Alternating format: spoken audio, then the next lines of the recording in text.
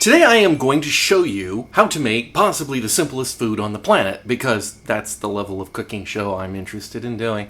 But more importantly, it's one of the best foods. The humble grilled cheese sandwich, or toasted cheese sandwich if you live in some of the more provincial parts of the world.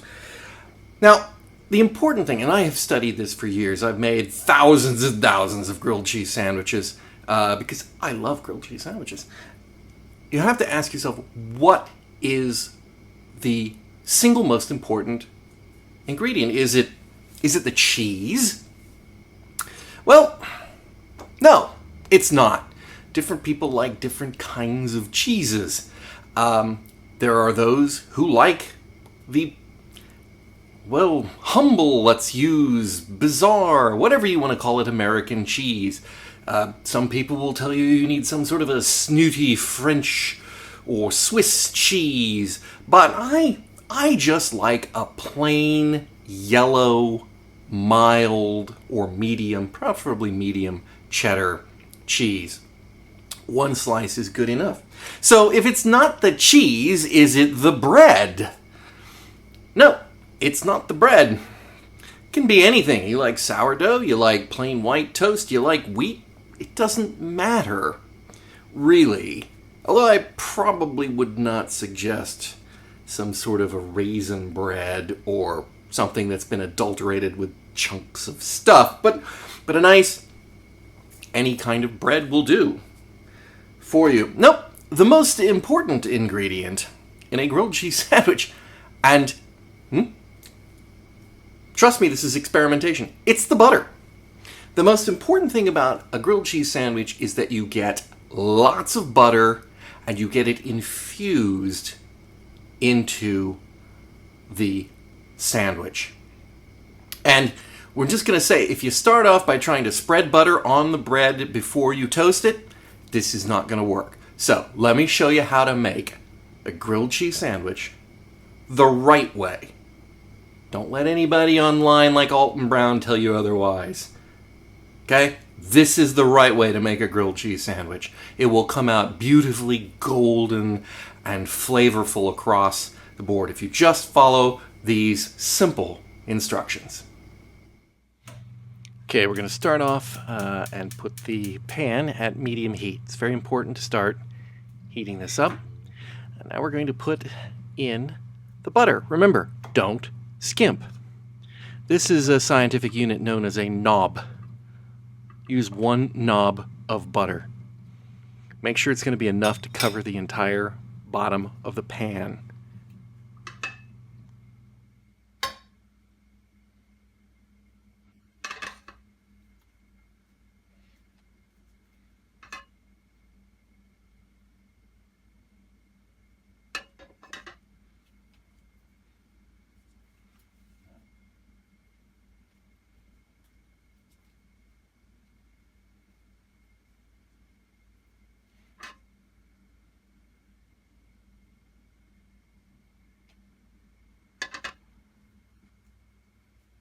So the trick to getting the sandwich beautifully golden and tasty is to completely infuse the butter into the bread.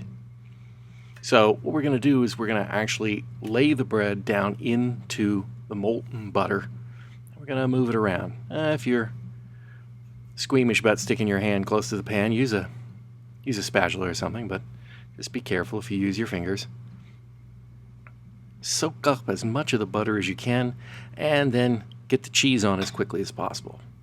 Because in this method, only the bread is going to be directly heated by the skillet, and the cheese is only going to melt through the indirect heat through the bread.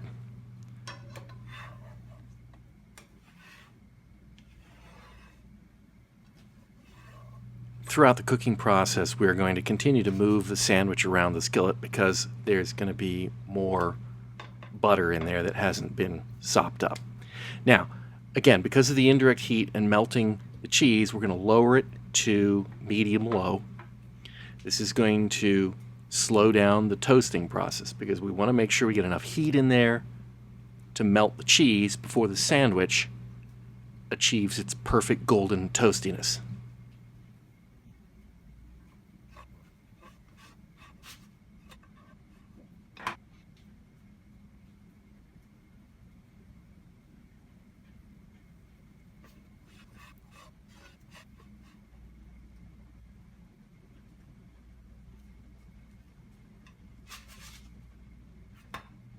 Oh, that's beginning to look very nice.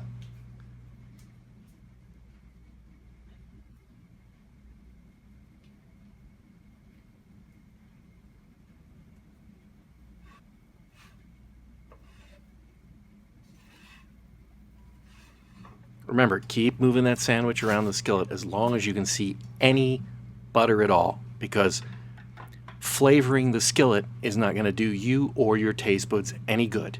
You want to get that all in the sandwich, all of it, every last bit.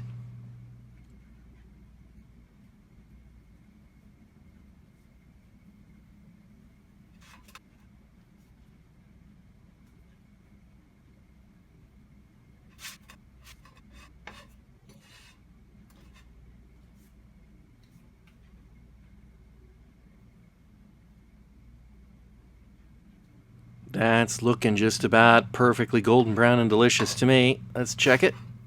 Yep, that's perfect.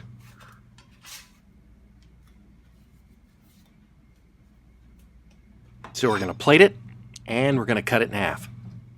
Not that way. Nope, not that way either. There is only one correct way to cut a grilled cheese sandwich, and that's diagonally. And then you stack it. Perfection.